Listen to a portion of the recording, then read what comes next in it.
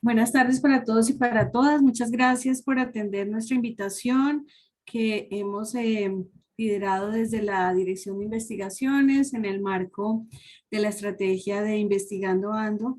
Hoy tenemos una invitación muy especial y es contar con la presencia del doctor Oscar Waldron, que muy amablemente nos ha aceptado esta invitación que le hemos hecho y nos va a acompañar pues con su experiencia, no solamente como investigador y como líder también de procesos de investigación en la Universidad Industrial de Santander durante pues más de 17 años, sino también con esa gran expectativa que tienen los jóvenes de ver que la opción de ser investigador también es una alternativa. Y nuestra charla de hoy se denomina Fortalecimiento del perfil profesional a partir de la experiencia investigativa en el pregrado. En ese contexto, le damos la bienvenida al doctor Oscar Waldron. Y ya en este momento tiene usted el coanfitrión por si desea en algún momento eh, proyectar alguna presentación. Muchas gracias nuevamente y adelante. Gracias. Gracias, Carolina. Me disculpan que hay un ruido de fondo por allí de algún jardinero que tiene su cortadora o sopladora de césped encendida, entonces no ayuda mucho, pero bueno, aquí estamos. Gracias por la invitación. Pues trataré de compartirles algunas visiones sobre por qué creo y soy un convencido de que la experiencia investigativa desde el pregrado, como muchos de los que ya nos hemos graduado, pues tuvimos la oportunidad de experimentar, pues es una buena opción para los que aún estén por allí o en el proceso de hacerlo o en el proceso de decidirse a involucrarse en este tipo de actividad. Tengo por aquí un par de láminas para apoyar la conversada. Y bueno, yo arranco con preguntas. Me gusta que tratemos de que esto no sea tan plano y aprovechando del Zoom que permite ahí por el chat decir algo, el que crea que creen que puede ser esta imagen que tenemos acá, los participantes. Anímense a decir bobadas, no importa. Bueno, yo creo que yo diría una bobada porque pues no es mi área, pero entiendo que es, digamos que no sé cuál es el nombre técnico, pero que se utiliza mucho en todo lo que tiene que ver con los artefactos de energía, ¿no? Y entiendo ahí Ok, que está sí, también tiene como cara. vinculado a un tema de redes, como conectado, algo así. Sí, ajá, gracias. Jader, muy bien. Claudia ¿Alguien Cáceres más? también Claudia, levantó la manito, pero ella no se vale porque ella es ingeniera. No, mentira, sí se vale. no Adelante, importa, ingeniera todos, Ah, no, Claudia. entonces no, porque sí, ya les digo que es. Entonces Sí no, sabe Ya se démosle los porque, la dice. pero bueno, oportunidad a entonces otros. déjame, yo me animo a decir, es como un rack de telecomunicaciones, porque veo como dice Bueno, Jader, sí, algo de tiene cables de electricidad, de comunicaciones, eso está cables, bien, sí, Carolina. sí. Va por ahí, Sí. ¿no? Pero Claudia Cáceres Claudia está seguro que que se sabe habla. qué es. Sí, Dale, ya Claudia. la cohibimos. No, dándole la oportunidad a otros. Y no estoy segura lo que voy a decir, pero No importa. Este es aquí al adivinar si se nos da, pues maravilloso, y si no, no. Adelante, Claudita, ¿qué es eso? bueno, si ya nadie más dijo, un computador cuántico. Un Si computador este es el cuántico. piloto, si este es el piloto de computador cuántico de Google. De acuerdo, muy bien. Excelente. Sí, lo que haya hasta ahora desarrollado, vamos a darle carita feliz a Claudia por el aporte. Sí, ahí va ese proyecto con esta imagen. Esto es lo que se intenta desarrollar y pues si uno lo ve así parece algo muy simple, pero hay muchísimo trabajo de investigación básica, de ingeniería, de telecomunicaciones, como ustedes lo dijeron, y de informática detrás de esto, ¿no? Y en lo que va, pues ahí sí ya es una postura personal, pues hay un poco más de expectativa que de realidad, ¿no? la posibilidad de hacer cosas, de llamar a esto todavía un computador es como si uno llamara, qué sé yo, a un abaco un computador, ¿no? Es decir, es como la analogía que yo hago. El tipo de operaciones que puede hacer esta máquina hasta ahora son muy específicas, muy puntuales, y no es lo que uno hoy día conoce como un computador, que es una máquina universal que sirve para procesar textos, para reproducir música, para llevar contabilidades, para hacer cálculo numérico. No, no es tan universal todavía, solo sirve para unas tareas muy puntuales y específicas. Eso sí, las hace con una eficiencia descomunal, pero está pues a décadas quizá de ser una máquina universal. Obviamente toda máquina en sus primeras etapas pues fue algo muy restringido y limitado y por eso no le quita mérito, pero todavía nos falta camino, ¿no?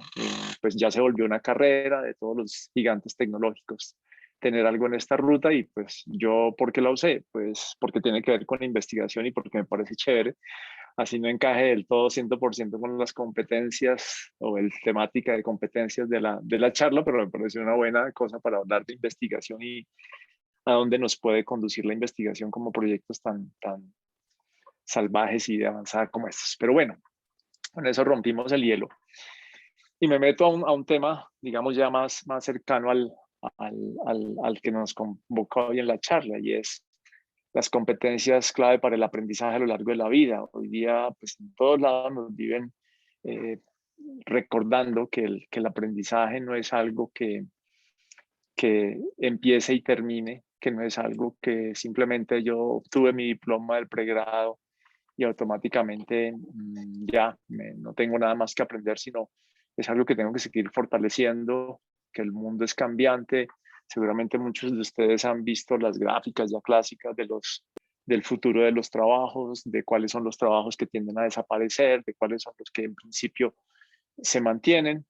En esas gráficas que yo, si ustedes las han visto previamente, que sobre todo el Foro Económico Mundial, así como esta que tengo acá, las promueve, los trabajos relacionados con ciencia, con creación y con ingeniería son normalmente los que tienen ya mucha más subsistencia, a diferencia de otros trabajos que pueden ser más mecánicos, más automatizables, si uno los quiere llamar así.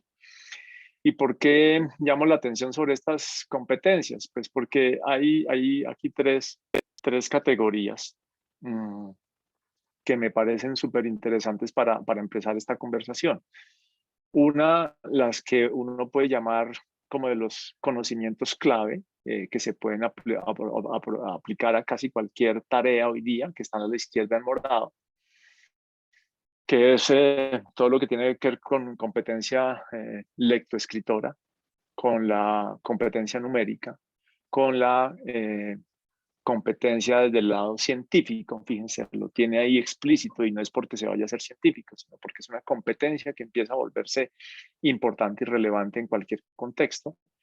Por supuesto, la competencia en temas de tecnologías de cómputo e informáticas, una competencia financiera y una competencia cívica y cultural. Son el paquete de las moradas.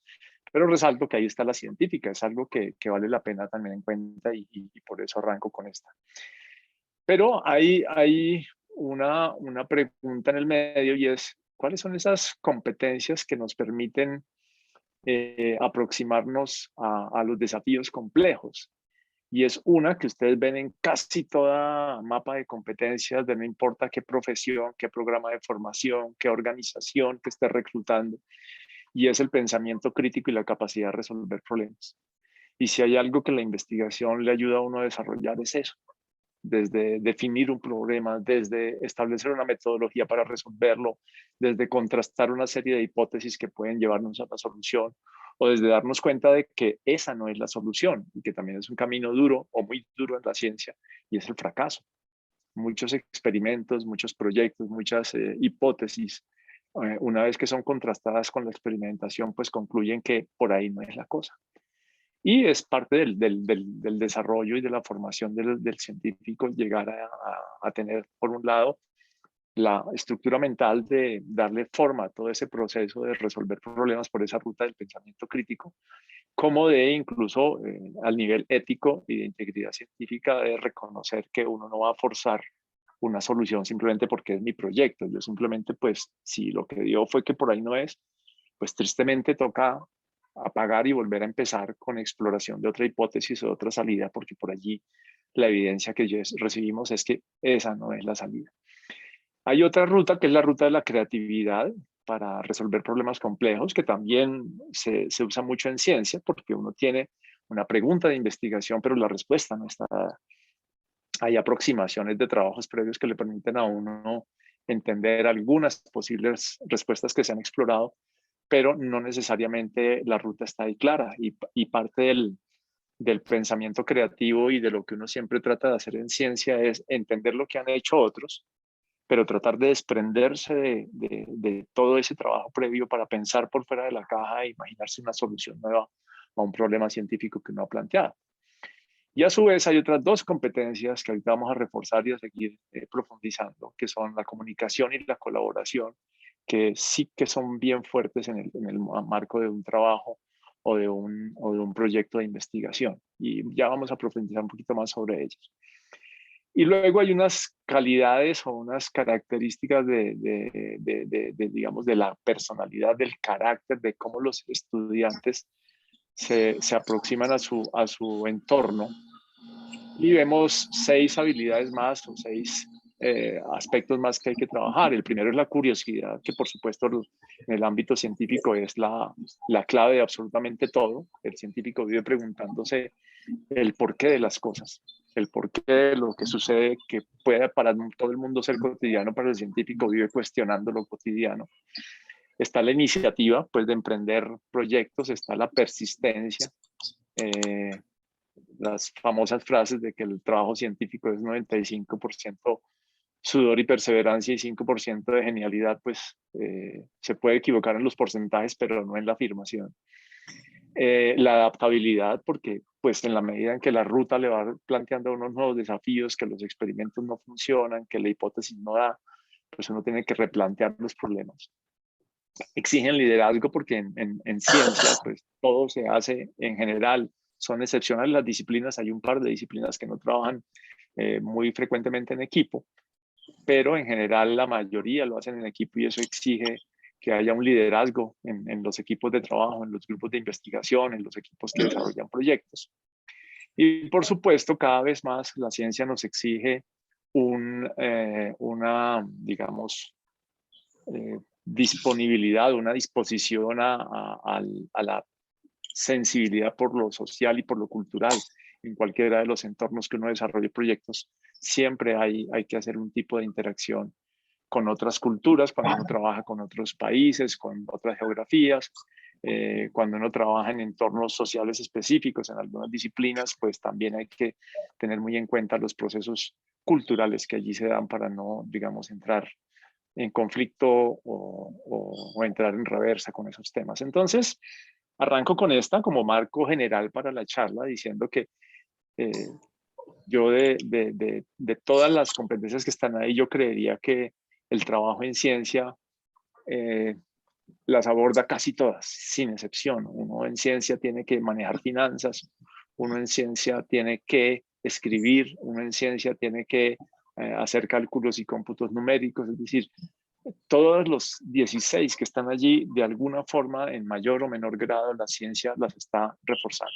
Y por eso es muy importante para mí arrancar con este primer slide.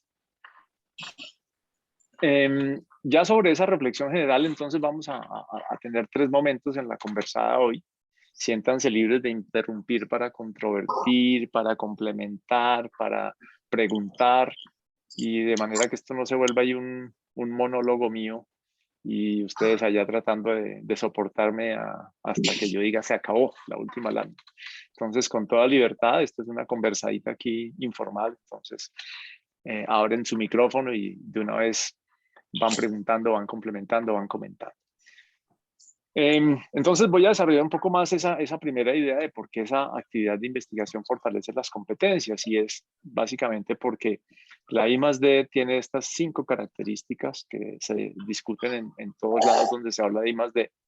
Si uno va a las referencias clásicas de cómo se entiende la investigación, la básica, la aplicada o la innovación, tipo manual de Frascati o demás referencias, hay estos 5 elementos que siempre se tienen en cuenta en las actividades de investigación y desarrollo. El primero es que la actividad tiene que buscar algo que sea novedoso, y ahí, digamos, el término de novedad versus el de creatividad tienen a veces conflicto porque se parecen las dos palabras. A uno le hablan de novedad y creatividad, y no, pues sí, creatividad es crear algo nuevo, y lo novedoso no, sí, es que no existía. Pero quizá la diferenciación aquí entre creativo y novedoso es que el creativo le apunta a que algo que no es trivial, que no se ocurre, que no es simplemente un chispazo y salió, sino simplemente que tiene un proceso creativo para poder llegar a una solución, a una propuesta nueva. Entonces, que es, digamos, de cierta forma, no algo que puede salir de la nada. Y lo novedoso sí es que nadie previamente haya propuesto ese tipo de solución o ese tipo de explicación a un fenómeno o a una situación. Y abajo está una de las características más complejas de la ciencia, y es la incertidumbre. Justamente yo arranco con una pregunta de investigación, pero no tengo certeza de por dónde puede ser la solución. Y por eso habla uno de hipótesis, porque uno empieza a explorar hipótesis, a explorar caminos que le permitan entender o resolver el desafío que uno tiene al frente. Y de allí justamente sale la posible solución o el posible fracaso cuando decíamos el resultado que yo estaba explorando, pues no resulta ser cierto, no resulta ser válido de acuerdo con la evidencia. Suele ser también un trabajo sistemático en el sentido que sigue una metodología, que tiene un paso a paso trazado, que es riguroso, que es, digamos, lógico, es una secuencia lógica de pasos que me permite contrastar o no lo que yo estoy planteando. Y una última que cada vez tiene, digamos, más relevancia, y es la transferibilidad o reproducibilidad. En ciencia, lo que yo hago, yo no puedo decir, sí, es que yo lo hice en mi laboratorio y me funcionó, pero créanme que funcionó, y todo el mundo trata de reproducir esos resultados en el contexto o en el ambiente en el que yo lo hice y no lo logra. Entonces ahí pues claramente vienen las dudas y vienen los cuestionamientos de si realmente el resultado que yo entregué es válido o no es válido, si nadie más lo puede reproducir. E incluso vienen, digamos, muchos lazos con lo que hoy día llamamos ciencia y datos abiertos, particularmente con estos últimos, porque en datos abiertos, pues uno lo que hace es poner a disposición de los otros los datos que uno obtuvo durante su experimentación, para que justamente otras personas puedan tratar de reproducir los mismos resultados, y en caso positivo, pues poder lograr contrastar o confirmar de nuevo que la explicación, el planteamiento es el indicado. Entonces, son los 5 aspectos: novedad, creatividad, incertidumbre, sistematicidad y transferibilidad o reproducibilidad, los que normalmente son características muy típicas de la ciencia. Y el muchas veces mencionado método científico, pues también es característico de esta actividad. Y fíjense cómo le implica a uno muchas cosas. Cada etapa de estas que está planteada acá, que arranca por la observación y que termina en una pregunta de investigación. Yo observo, y de la observación hay algo que no me encaja y que las teorías existentes o los modelos existentes no me permiten explicar, y entonces de ahí lanzo mi pregunta de investigación. ¿Sí? Pero eso implica, digamos, un proceso justamente de aplicación de unas competencias o de desarrollo de unas competencias que están movidas, como decíamos en las primeras láminas, por la curiosidad y muchos otros más aspectos. En segundo lugar, pues normalmente uno elabora un estado del arte, porque la ciencia, como se dice, anda sobre hombros de gigantes, es decir, trata de trabajar sobre lo que ya han desarrollado nuestros antecesores, y eso implica entender lo que ellos han hecho y muchas veces tratar de reproducirlo. Entonces, en ese sentido, el estado del arte es un trabajo arduo. Muchos de ustedes que hayan participado en procesos de investigación seguramente lo han hecho, y es entender dónde estamos, pero eso implica una revisión de literatura, por lo general muy amplia, para decir las posibles hipótesis que yo voy a lanzar, que es la siguiente etapa, pues definitivamente no han sido propuestas por nadie más. En lo que yo revisé de literatura hoy, no encontré una publicación, no encontré un trabajo que intente la ruta que yo voy a intentar. Mi ruta es nueva. Como si yo estuviera escalando una montaña y hubiera 5 o 7 caminos conocidos, y lo que yo me aseguro es de que el camino que yo voy a tratar de seguir, pues claramente nadie lo ha publicado, nadie lo ha dado a conocer, y que es completamente nuevo y original.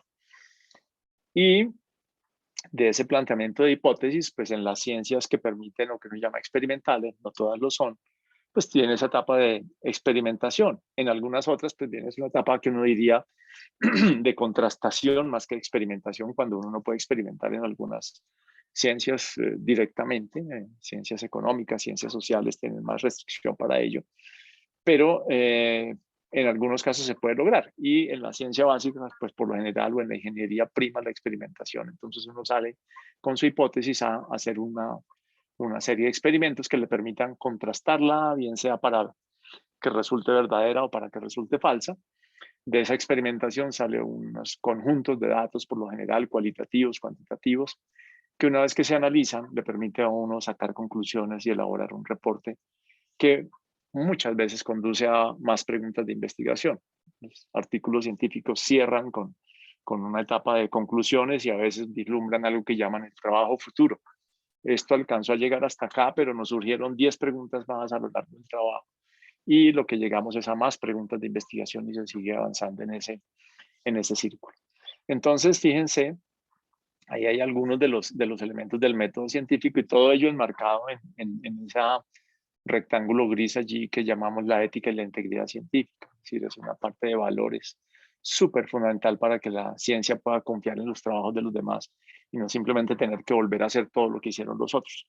Si yo no trabajo con ética y con integridad, pues ese andar sobre hombros de gigantes, es decir, mis antecesores, se vuelve algo completamente imposible porque yo tendría entonces que hacer todo el trabajo que ya han hecho y eso me tomaría pues todo el tiempo de la vida antes de volver a o de pensar en hacer un trabajo nuevo, un trabajo original, como el que me estoy imaginando a través de las hipótesis que yo tengo acá planteadas. Y luego, de este mismo documento del Foro Económico Mundial me tomé una libertad porque ellos ahí plantean que hay unas habilidades sociales y emocionales que se pueden desarrollar a través del aprendizaje y una de ellas es justamente la creatividad. Como les decía, pues la creatividad es simplemente la posibilidad de hacer selección, la creatividad le permite a uno escoger alternativas. Cuando yo voy a formular una hipótesis en un problema de investigación, cuando quiero construir algo que es nuevo, pues estoy desarrollando o aplicando o fortaleciendo esa competencia creativa. Entonces ahí hay una primera abordaje. Cuando yo estoy haciendo investigación, desarrollo la competencia comunicativa, tengo que participar en seminarios, tengo que dar conferencias, tengo que conversar con mis colegas de grupo, decíamos, el trabajo de investigación se hace en equipo por naturaleza, cada vez es más frecuente la investigación inter o transdisciplinar y por esa razón, pues, de allí que la competencia comunicativa sea muy, muy importante. Y no decirlo de la colaboración, la división de roles en los equipos de investigación es cada vez más crítica, le obliga a uno a hacer algo que muchas veces en el pregrado no se da tanto, sino cuando se enfrenta al ambiente laboral y es entender que muchas veces en los equipos de trabajo hay personas con las que uno se entiende, pero hay otras con las que no se entiende y así hay que trabajar porque uno no decide quién está o quién no está.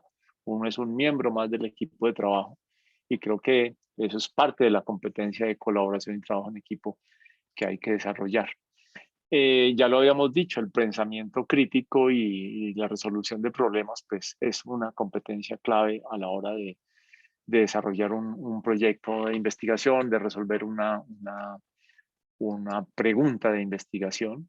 Pero también hay otras calidades del carácter, como decíamos, como son esa persistencia. Ya lo decíamos, cada vez que un proyecto de investigación llega a un punto sin fin, encuentra una evidencia contraria a la que se requiere para la hipótesis que formuló, pues básicamente la primera reacción es frustración, es decir, no, esto no dio, perdimos todo el trabajo, perdimos todo el tiempo. Incluso algunos en ciencia es muy común escuchar la afirmación de si se publicara todo lo que no funciona, no alcanzaría pues el espacio de almacenamiento de servidores del mundo, porque quizá los intentos que ha hecho la ciencia que no se publica lo que funciona, pero no lo que no funciona. Y hay muchísimos años más invertidos que los que se han invertido en lo que sí funciona. Entonces esa persistencia es fundamental porque va forjando el espíritu, sucede muchas veces. Yo recuerdo un colega de doctorado cuya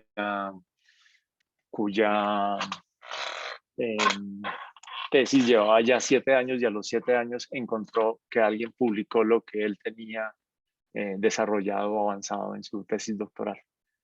Y pues con mucha tristeza tuvo que volver a empezar, básicamente porque pues, ya su trabajo no era original. 7 años de trabajo. Pues obviamente una depresión de un par de semanas lo acompañó, pero después sacó fuerzas de yo no sé dónde y yo no lo hubiera logrado. Y volvió a buscar una salida para su tesis. Entonces, ese tipo de situaciones son muy frecuentes en la investigación. Ya cuando uno se mete en el nivel doctoral de encontrar algo completamente original. La iniciativa, ya lo habíamos mencionado, porque la iniciativa le permite a uno comprometerse con proyectos de largo plazo. Los proyectos de investigación pues tienen etapas, pero si uno los mira como en marco general, son horizontes de varios años usualmente. La curiosidad, siempre digamos la motivación en ciencia, está allí alrededor de esa curiosidad, de profundizar, de siempre preguntarse más cosas, de ir más al fondo de lo que la mayoría de la gente ve. Y creo que es una competencia súper importante hoy día en todos los ambientes laborales. Entonces, digamos que es parte también de lo que se desarrolla en investigación. La adaptabilidad a entornos cambiantes, a equipos, digamos, que como decíamos son interdisciplinarios, no siempre los escoge uno.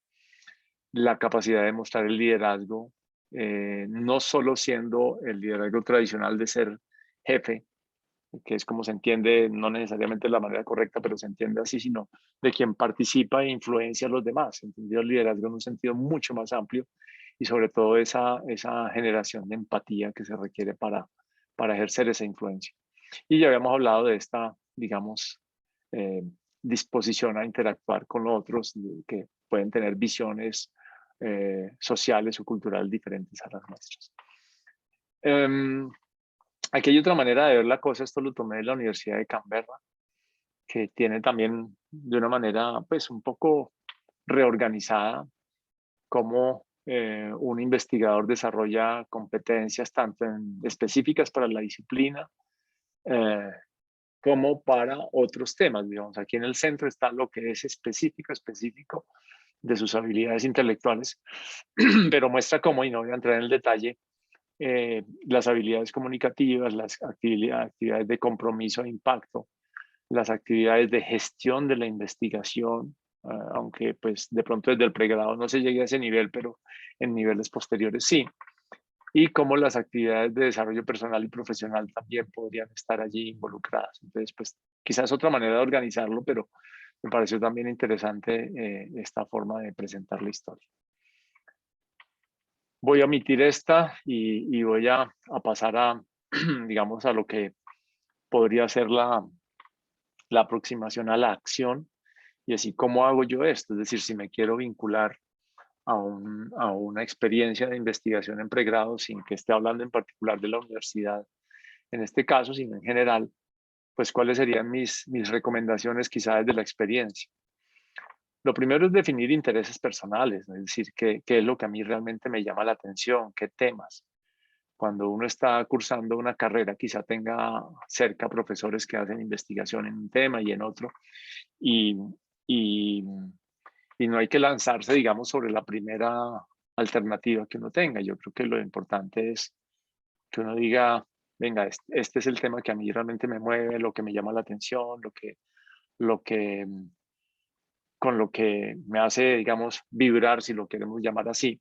Entonces es entender eso. Uno muchas veces cree tenerlo claro, pero hay que hacerse un par de preguntas y de pronto un par de lecturas de la disciplina, de los temas que le están ofreciendo, le pueden a uno ayudar a tomar una mejor decisión y saber que uno no se está equivocando, que realmente eso atiende a un interés personal y que va a haber motivación, porque esa motivación es la que finalmente cuando llegue a la etapa de la perseverancia, a la que hablábamos hace unos minutos, pues es la que le va a permitir a uno, entre comillas, no claudicar, no perder el impulso y sostenerse. Entonces, Me parece que esa es muy importante, entender qué es lo que lo motiva a uno, qué es lo que lo mueve a uno y en qué temas. Una que creo que influencia muchísimo en ciencia es tener un tutor que a uno lo mueva. La relación con el tutor es fundamental en ciencia. Llámenlo director de proyecto, director de tesis, como se quiera llamar, pero uno necesita a alguien también con el que uno haga clic, con el que uno sienta que se entiende y trabaja. Nada peor que tener un tutor con el que uno finalmente no se sienta cómodo ni siquiera para conversar o tomarse un café.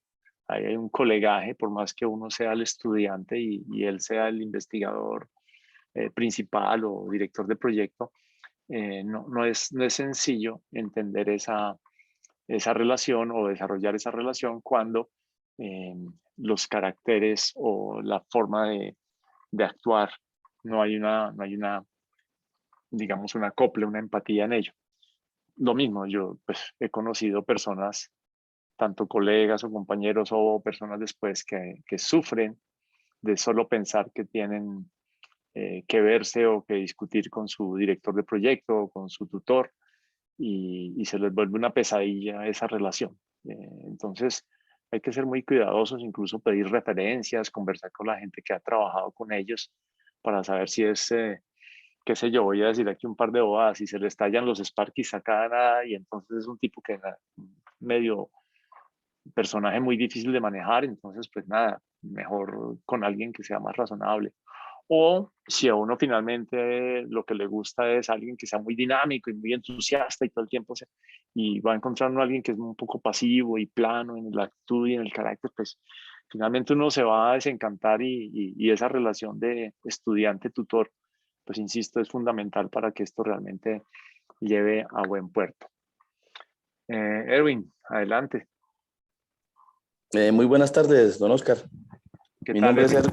es Erwin Ayala. Yo soy egresado de la Facultad de Artes de la Sí, UNAP. señor. Continúo trabajando en la parte pública como investigador y veedor cultural y gestor social del patrimonio. Y hemos realizado una serie Qué de bueno. investigaciones. Y en la universidad se ha visto mucho que en esta parte de los tutores es donde se choca demasiado por diferentes tipos de intereses personales, ¿no?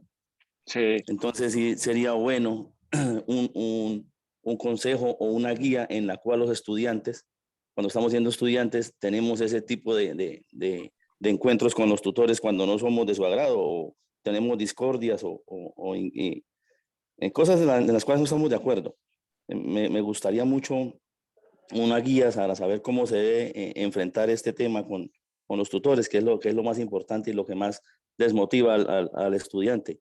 Inclusive de egresado continúa uno trabajando en investigación y hay veces que es desestimado muchas veces. Entonces es uno de los grandes problemas que yo veo en cuanto a la investigación.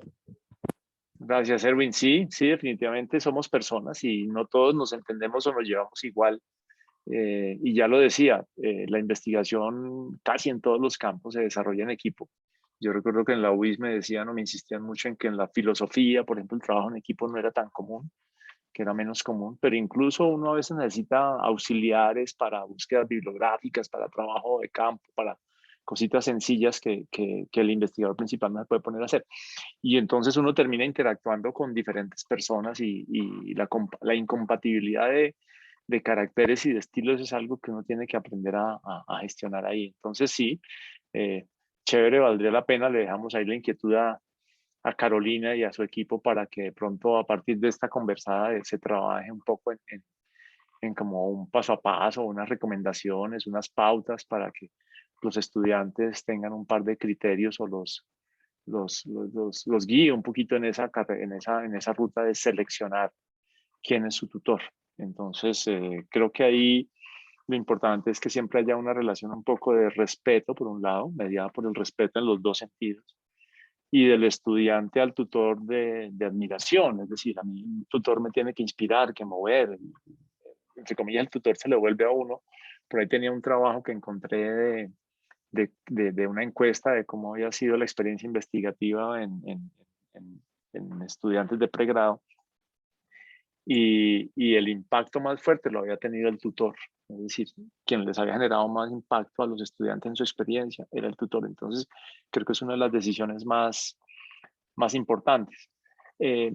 A veces, y lo preparándolo deliberadamente puse según el tutor, a veces los estudiantes o se mueven mucho por los temas de infraestructura, porque hay un muy buen laboratorio, porque hay equipamiento, porque hay recursos, pero no hay que dejarse deslumbrar. Mi recomendación es muchas veces eso hay que dejarlo de tercero y por eso lo tengo más adelante. Alexandra, porfa, adelante.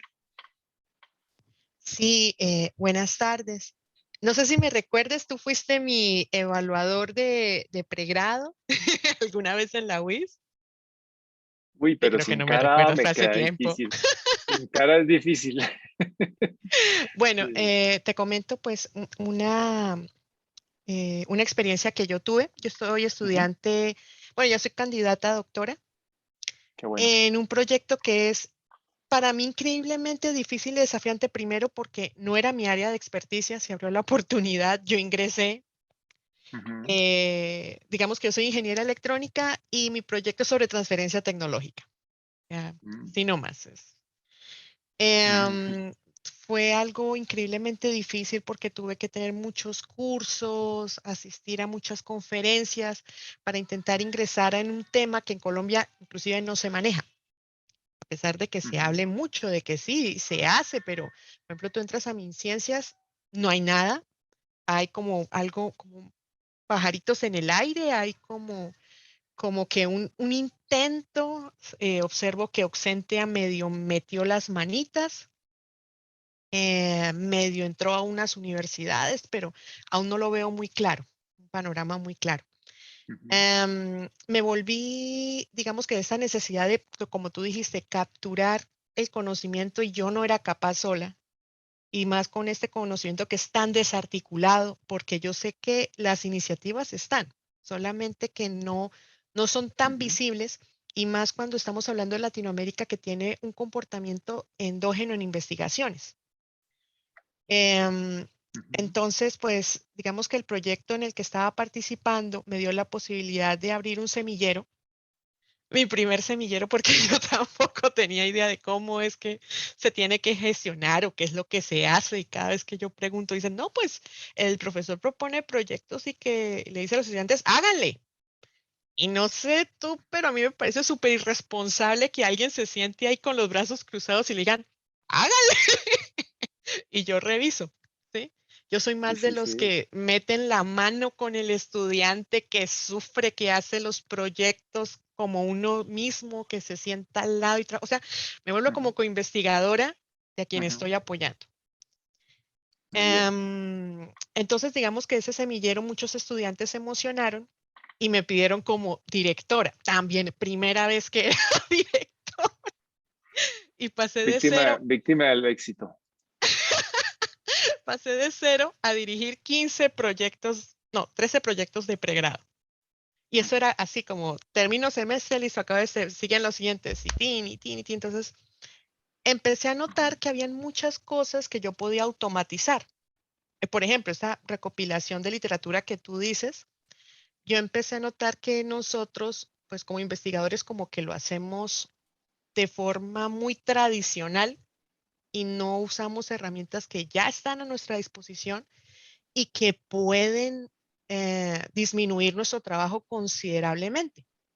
Entonces, por ejemplo, empecé a estudiar Natural Language Processing, empecé a estudiar minería de Ujú. texto, empecé a revisar también con el apoyo de, no sé si conozca a Efren Riaño, que él también se metió como por esas áreas, Sí, y claro. empezamos a desarrollar metodologías que hasta donde vamos, parece que dan al punto y mis estudiantes aprendieron a ser investigadores así. O sea, conmigo empezaron y hicimos y digamos que en donde trabajo pues siempre nos ponían de ejemplo que porque éramos un semillero muy activo, que ganamos concursos donde nos presentábamos. Y hoy en día puedo decir que la mitad de mi candidatura, porque una mitad fue por este equipo de trabajo tan maravilloso que fue sigue siendo mi director y las personas con las que participé en la convocatoria de MinCiencias, que me enseñaron muchas habilidades que yo adolecía, cuando somos ingenieros, esto solo nos interesa el actuar. Pero digamos que habían otros tipos de ingenieros, los administrativos que tenían, no, antes de actuar, párele. Usted tiene que, lo que tú decías, ¿no? Por partes, todo es sistemático, hay que seguir una metodología, no es correr, no es, ay, tengo que hacer eso, ¡rum! No, planifíquelo, tómese su tiempo y ahí usted va revisando sus progresos. Entonces aprendí a hacer tablitas en Excel para mirar mis adelantos, para corroborar. Y cuando me presenté, creo que fui la única de todas las candidatas a doctoras que pudo presentar que su proyecto doctoral se cimentó en los proyectos de pregrado de mis estudiantes. O sea, cada partecita de ellos tenía algo que yo necesitaba para mostrar mi punto, ¿sí? Aún tengo como que algunas discusiones con mi director, porque mi director dice que pareciera que el proyecto los hizo otros, que yo no lo hice. Pero yo no lo siento así, yo siento que fue una investigación colaborativa, porque yo conozco muy bien todos los proyectos porque yo me metí en todos. ¿Sí? Necesita programar, hágale, hagámoslo entre los dos. Necesita buscar documentación, hágale, lo hacemos entre los dos. O sea, no siento que esté robando el trabajo de alguien porque yo participé en todos.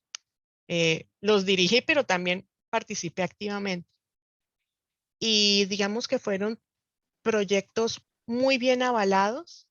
No había escrito artículos científicos, salieron 8 artículos científicos también publicados. No se me quiere dar el artículo en una revista tipo B, ya va la tercera que me dice que no, vamos a ver si la cuarta es la vencida. Y no, pues quería compartir eso, que fue una experiencia pues muy deliciosa. A todos se las comparto y pues quedan maravillados porque parece que es difícil, pero yo lo vi como tan orgánico. Solamente quería compartir eso. Gracias, Alexandra. Yo creo que es una demostración más de un poco lo que venía, un refuerzo de lo que yo venía planteando, gracias. Por un lado, el tema de la perseverancia, ¿cierto? Cada vez que uno tiene un rechazo de una revista hay que sacar a relucir también la perseverancia y seguir mejorando el artículo, el manuscrito, seguirlo intentando en otras si es que se le puede ajustar algo, se le puede mejorar.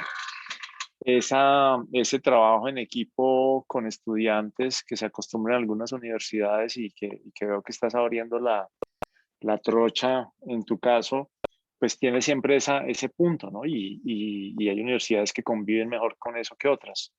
Lo importante es tener como mucha claridad de cuáles son las contribuciones del director o codirector de las tesis de maestría o de pregrado que estén anidadas en la tesis doctoral, pero es una práctica que cada vez es más común, insisto, guardando mucha claridad en cuáles son los roles para que esa, digamos, manto de dudas sobre la originalidad y la autoría nunca quepa. Es decir, si hay un proyecto estructurado donde están claros los roles y las responsabilidades de los diferentes trabajos de pregrado, de maestría y el de doctorado, pues creo que eso permite dilucidar muy bien las cosas. Entonces, adelante y ánimo. Y de pronto algún día si encuentro la foto me acuerdo de la tesis de Alexandra, del trabajo de grado de Alexandra en la UIS. Sí, creo que Bueno. tú me pusiste 5 inclusive. No, entonces me tendría que acordar. ¿Y cuál fue el tema? Y me acuerdo que fue una valoración súper rápida, fueron 10 minutos o menos. Tú estabas súper ocupado porque eras el director de investigaciones, algo así. Vicerrector, sí. Vicerrector. Sí. Y Bueno. llegamos y que tú cogiste el libro, medio lo revisaste y dijiste, bueno, ¿y dónde está ¿dónde está? Bueno, nos preguntaste por algo, nosotros dijimos, no lo hicimos. ¿Y cómo van a comprobar que esto funciona? Porque lo hicimos de verdad. ¿Lo hicieron de verdad? Sí. Ya. Y te Bueno. mostramos cómo funcionaba. No tengo nada más que ver. Listo, excelente, lo buscaré. Listo. Bueno, gracias Alexandra, muy amable. Avancemos aquí entonces al tercer paso que tenía para recomendarles después del tutor y es este. Es decir, ¿cuándo se termina? Una de las pesadillas más frecuentes de los estudiantes de pregrado es no tener un alcance determinado. Yo recuerdo que justamente en ese rol de profesor que Alexandra está evocándome, yo intentaba ser como muy consciente y no caer en la tentación de, entre comillas, ver al estudiante como un trabajador gratuito, sino de ponerle límites a cuál es el alcance de un trabajo y sobre todo del nivel de formación que él tiene. La UIS en su momento era muy conocida, entre comillas, en algunos casos de colegas, por decir que el de pregrado hacía lo que era en otros lados una tesis de maestría o que el de maestría hacía lo que en otros lados podía ser de doctorado. Y los semestres que estaban previstos para hacer el trabajo de grado, pues se volvían 2 o 3 veces eso. Y ese es un riesgo muy grande que desacredita o desestimula la participación del estudiante de pregrado en los procesos investigativos. Y hay muchos que dicen, ah, no, yo tomo la ruta rápida, que es la práctica, yo sé cuándo empieza y cuándo termina, o yo me voy por este otro camino que sé cuándo empieza y cuándo termina. Yo creo que hay una responsabilidad muy grande. Como dice Alexandra también, yo me encargaba, en mi época, en mi caso, yo hacía presentaciones justamente para reclutar estudiantes, pero yo llegaba con los temas bastante acotados, hay que ir de aquí hasta aquí, y yo más o menos tenía calculado o intentaba calcular que eso en los 2 semestres que estaba planeado tenía que lograrse. Y procuraba, si veía que la cosa se me había desbordado, procuraba que no se les fuera más de ese tiempo. A veces no se lograba, pero procuraba que fuera así. Entonces, creo que uno de los causas que a veces a los estudiantes le hacen menos atractiva esta ruta es que se sabe en muchos casos cuándo se empieza, pero no cuándo se termina. Y es un tema que hay que acotar y que hay que definir. Y sobre todo muchas veces si uno no tiene claro como director qué es lo que quiere lograr, esta viabilidad, que sea realizable, no es tan evidente. Y sobre todo si uno está enmarcado en un proyecto de investigación, pues no le puedes saltar todo el proyecto, botar todo el proyecto o un pedazo muy grande del proyecto del estudiante. Tiene que ser una etapa muy clara, una etapa de recolección de datos, una etapa de análisis de datos, el diseño de un experimento, pero no puede condicionar el trabajo del estudiante a que el experimento sea exitoso, sino hacer el experimento y de lo que dé, entre comillas. O la fase de trabajo de campo y hacer un análisis estadístico base que uno sabe que no tiene riesgo, es decir, tratar de no trasladarle el riesgo a los trabajos de grado del estudiante, que siempre está implícito en un proyecto de investigación. Entonces, creo que esa es parte de la habilidad del profesor y de la, digamos, integridad del profesor a la hora de delimitar el trabajo con su estudiante, tenerlo claro, saber qué se puede hacer. Y como cuarto, pues tener los ingredientes para la receta. Yo aquí en esta tuve sí estudiantes que se me iban un poquito cuando había que importar insumos en los proyectos, por ejemplo, que esa ruta de importación de insumos, pues a veces uno no es tan clara, no es tan rápida, no es no se dan los tiempos que uno tiene previstos, pero en general es ideal que tanto del lado del estudiante del profesor, pues uno sepa que lo que se necesita está disponible o que en el plazo que se va a desarrollar el trabajo de grado o la pasantía o la estancia de investigación, pues eso se puede hacer materializable.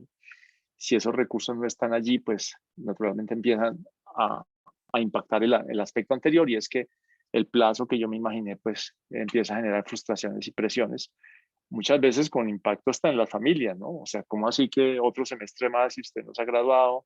¿Cómo así que otra matrícula? ¿Y cómo así que ta, ta, ta, ta, ta, ta? Entonces es un aspecto que creo que vale la pena tenerlo ahí en el radar. Y por último, pedir ayuda. Pedir ayuda es levantar la mano. Uno a veces tiene el temor, y justamente esa relación con el tutor hace que, como decía Alexandra también, si uno es, como dicen, hands-on, o de ponerse el overall o de remangarse, como director, pues los estudiantes valoran mucho eso, porque no es dejarlos solos a la deriva de vaya y cuando tenga el resultado lo trae, sino si se varó, uno es más ¿cómo es? Un troubleshooter en inglés, un solucionador de problemas para el estudiante, y cuando está varado, uno sea la persona que le puede ayudar a orientar, o si no lo tiene uno, decirle quién le puede ayudar, porque uno no se las sabe todas, pero a veces uno tiene un estudiante que trabaja en un tema que es similar al otro, y entonces venga, pregúntele a fulano que él ya resolvió eso, o él puede ayudarle a resolver ese tema, o preguntémosle a otro colega que él es el experto en no sé qué, es decir, abrirle el camino, ¿no? Uno muchas veces es resolver el tema que se haya presentado, sino muchas veces es ayudar a encontrar por dónde es la cosa. Y sobre todo la perseverancia y la paciencia, ya decíamos, o sea, esto es incertidumbre por la naturaleza del trabajo investigativo y creativo, y esa incertidumbre hace que uno requiera mucha perseverancia porque la variabilidad de las condiciones, la variabilidad de las rutas, pues no siempre está a favor. Y bueno, tercera parte, ¿qué sigue? Pues yo creo que la experiencia investigativa, a mi juicio, puede conducir a tres rutas. Una primaria, que es la que la gente por lo general se imagina por defecto, ¿no? Si yo me metía en un grupo de investigación es que quiero ser científico.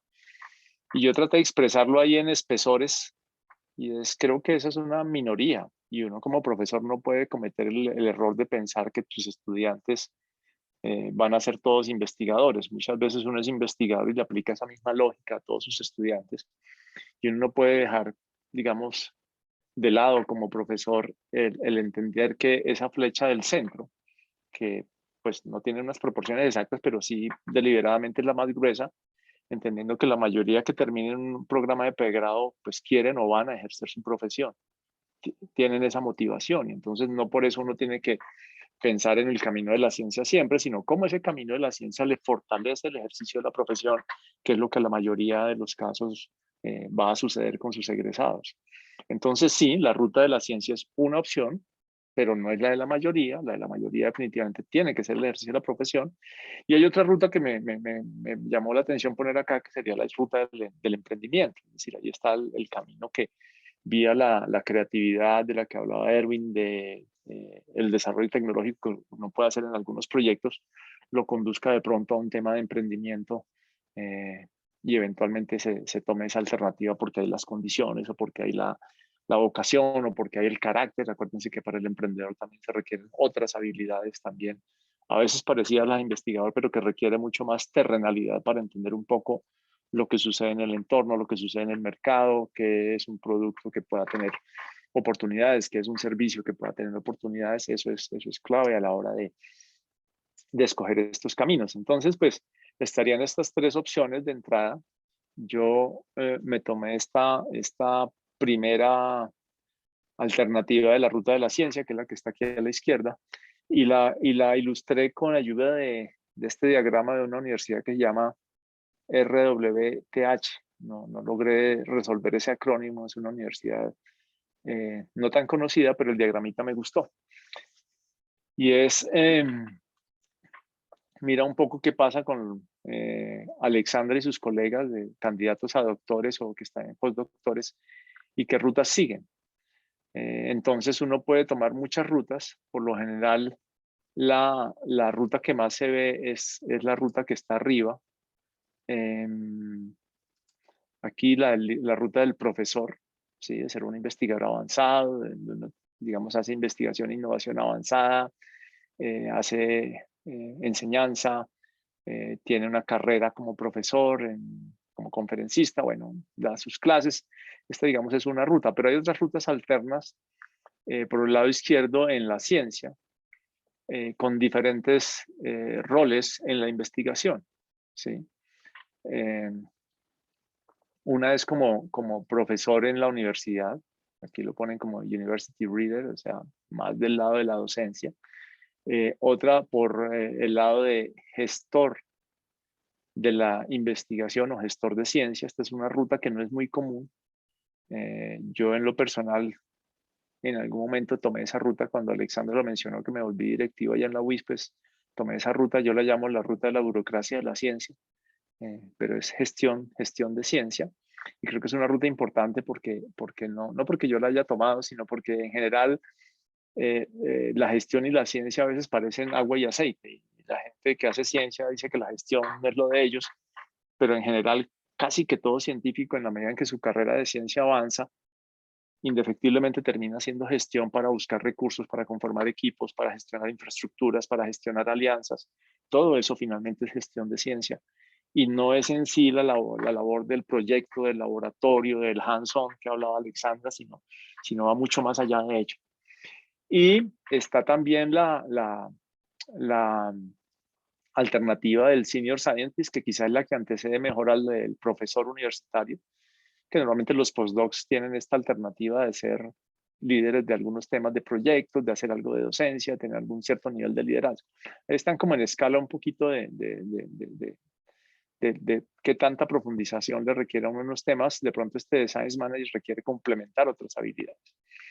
Por el lado derecho hay otras que también me llaman mucho la atención y es la ruta de carrera del investigador, es decir, de quien se forma como doctor, pero que sigue la ruta de ser un manager en la industria o en la sociedad, de ser un emprendedor y tener un startup o una empresa muchas veces de base tecnológica, o hacer investigación en un ambiente industrial, que es un ambiente completamente distinto, tiene muchas, digamos, diferenciación con el ambiente académico, ¿no? En general porque el, el, el, la investigación en el ambiente industrial, ustedes lo saben, no se puede quedar en la R, tiene que llegar a la I para que haga el payoff, para que haga el retorno de la inversión que ha hecho la empresa. Tiene que llegar a impactar un producto, tiene que llegar a impactar un servicio, tiene que tener una aceptación entre unos clientes o consumidores, y si no, pues no es hasta allí atractiva. Y eso, digamos, estrella a muchos investigadores que se forman para el camino académico, donde muchas veces la ruta termina en el paper, termina en la publicación. Entonces, esta es de más largo aliento y es mucho más selectiva. Es mucho más restrictiva porque lo que llama uno la libertad académica del lado izquierdo, del lado azul, en el lado industrial, pues no es tan libertad. Es un poquito más restringida, depende de la empresa, por supuesto, pero por lo general tiene que estar alineada con la estrategia corporativa. Son los temas que le interesan a la empresa, los que son más promisorios para llegar a esa I de innovación, los que están mandando. Entonces, digamos que son rutas. De hecho, por ahí, en estos días identifiqué un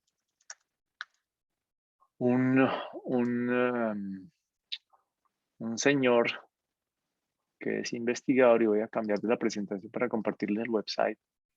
De pronto les interesa.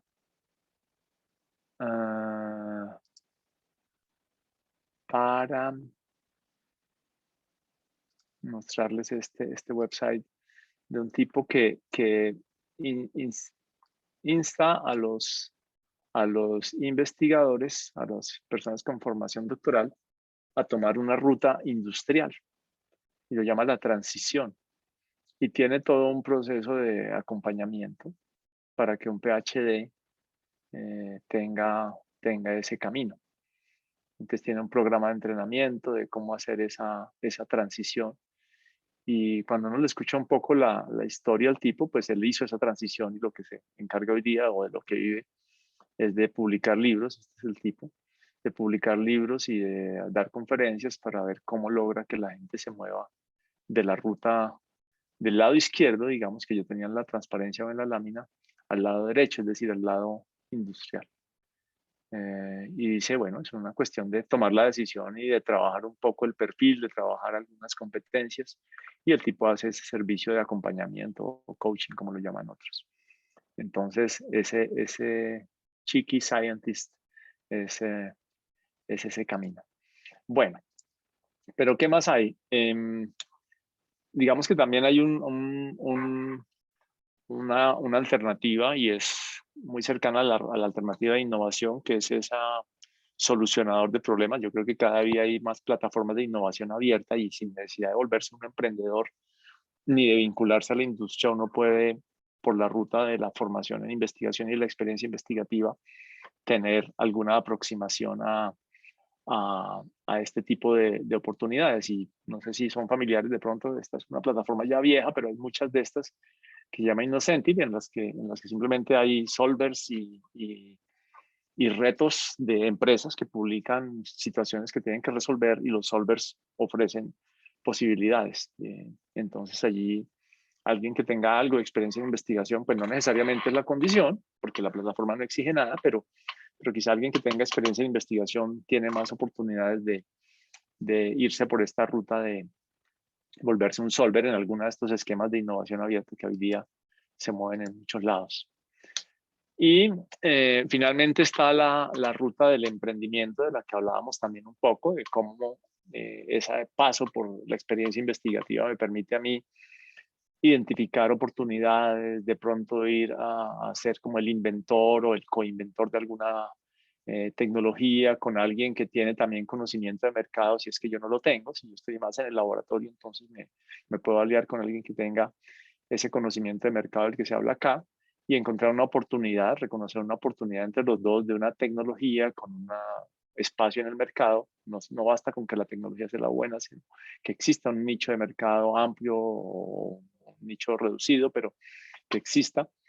Y después, pues, puede haber una etapa de cómo yo, a través de derechos de propiedad intelectual, pues, aseguro esta idea o este modelo de negocio, busco una financiación y conformo un equipo de trabajo, conformo una compañía, desarrollo un mínimo producto viable a través de una etapa previa y luego pues me voy a la etapa que se llama de supervivencia porque pues los que trabajan en innovación y emprendimiento saben, este es el famoso valle de la muerte, que es usualmente cuando yo necesito escalar mi mínimo producto viable, necesito añadir clientes, necesito añadir tracción antes de hacer una salida a mercado, digamos, en forma que me esté generando ingresos. Estas etapas hasta acá, de hasta que este nivel, son las que uno llama de quemar capital.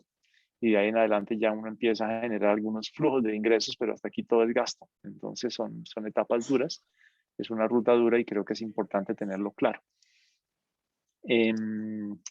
Esto se complementa un poquito con estos estadios, que es lo que uno va haciendo en financiación, que es moverse de un capital presemilla a un capital semilla, y luego las siguientes o típicas rondas de inversión para desarrollo de producto, para tracción, para mejoras y ampliación de mercados, y ya para de pronto una salida en bolsa o una adquisición por una empresa más grande o una empresa más poderosa. Digamos que esta es como la última ruta que habíamos sugerido en la presentación aquí de los caminos y de las alternativas. Y ya para cerrar, pues yo haría estos comentarios y abro después el micrófono para que ustedes complementen qué más les suena. Yo diría que la experiencia investigativa de pregrado, pues como lo hemos mencionado a lo largo de este espacio, claramente ofrece oportunidades para desarrollar competencias complementarias a las previstas o profundizar las que se tengan previstas en el programa de formación. Ya mencionamos varias de ellas, pero rápidamente viene el pensamiento crítico, la solución de problemas, la comunicación, el trabajo en equipo, es decir, todas esas habilidades blandas que muchas veces el trabajo en aula no lo tiene tan claro cómo desarrollarlas. La experiencia investigativa sin duda alguna ofrece oportunidades para desarrollarlas. La selección de la experiencia de investigación es clave para capitalizar sus beneficios. Es decir, esto a veces, por fortuna, no es la mayoría de las veces, son la minoría, son la excepción, pero a veces termina mal. Entonces, esos criterios que les compartía, muy personales, muy empíricos, no tienen ninguna base sólida, sino es pura experiencia. Valdría la pena, como de pronto mencionaba Erwin, que se retomen, si la universidad lo tiene a bien, se vuelva de pronto armar como una guía, una infografía, algo así que le pueda como orientar a los estudiantes cómo hago yo, es decir, cómo es el camino a seguir para vincularme o a hacerme parte de nuestras experiencias. Y claramente hoy día el estudiante de pregrado que sale 0 kilómetros tiene que tener un diferencial en su hoja de vida y la experiencia investigativa claramente marca un diferencial. Si uno recibe cuando pide uno un junior, recibe toneladas de hojas de vida y uno dice, pero ¿por qué me inclino? Y muchas veces encontrar un trabajo de grado en investigación o que tiene un tema atractivo se vuelve el definidor, se vuelve el elemento decisorio a la hora de seleccionar uno candidato o al menos de llamarlo a entrevista, que a veces ya es el primer paso con el que el estudiante se enfrenta hoy día, ¿no? Entonces, creo que eso también es un tema que puede ser una motivación adicional para los estudiantes. Y bueno, para mí, pues creo que dejo de último que creo que es el mayor en el caso personal y para muchos de ustedes que han hecho investigación, y es que el propósito de la ciencia siempre será hacer un mundo mejor. Nuestra generación actual de estudiantes, pues son estudiantes a los que los mueve muchas veces más el propósito que cualquier otra cosa. Y ese propósito de a través de la ciencia hacer un mejor planeta, hacer un planeta más sostenible, pues creo que siempre está sin discusión sobre la mesa en cualquier proyecto de ciencia. Entonces, pues no, esto es lo que yo preparé para compartirles, para conversar con ustedes. Y como les decía, pues abierto a si hay más comentarios o complementos o controversias y hasta ahí llego. Bueno, pues muchísimas gracias, doctor Oscar Waldrón, especialmente por este espacio reflexivo y sobre todo por estas recomendaciones. Yo de primera me llevo el hecho de, y lo tomo de una vez como nota, de hacer una infografía que nos permita de alguna manera traducirle a los estudiantes de una manera más visual lo que podría ser el camino de la investigación como una alternativa en una región como Latinoamérica que tiene pues uno de los índices más altos de desempleo en los jóvenes. Entonces, cómo buscar a través de la investigación esos espacios que hagan tener una hoja de vida un poco más atractiva a la hora de batallarse un puesto de trabajo para quienes recién egresan. Entonces, de antemano, muchas gracias y sí me llevo esa iniciativa de hacerlo más fácil y más digerible, porque a veces muchos estudiantes ven la investigación como algo reservado para cierto tipo de estudiante y no es así. Total. Ader. Bueno, doctor, muchísimas gracias y yo quiero, digamos, como conectar esto que acaba de comentar Carolina, pues nosotros, digamos, estamos al frente de todos los procesos que tienen que ver con la investigación formativa en la universidad y las redes científicas y desde que vi su hoja de vida, sobre todo porque entiendo, digamos, que ha tenido una dinámica muy cercana a MinCiencias. Quisiera hacer una pregunta que para nosotros es, digamos, el insumo de reflexión continua digamos, que en nuestro trabajo acá en la universidad. Y creo que digamos, el tangible o si se quiere, el insumo más contundente que tenemos nosotros para mostrarle a un estudiante la importancia de estos procesos, digamos, de formación en investigación, es poderlo llevar, evidentemente, a ser profesionales que investiguen. Y ya cuando es un profesional que investiga, evidentemente estamos hablando de la investigación en sentido estricto. A mí me gustaría saber de manera, digamos, si se quiere, como muy experiencial de su parte, digamos que con todo este bagaje que usted ha tenido, ¿cuáles son esas estrategias que permiten acercar a la investigación formativa con la investigación en sentido estricto?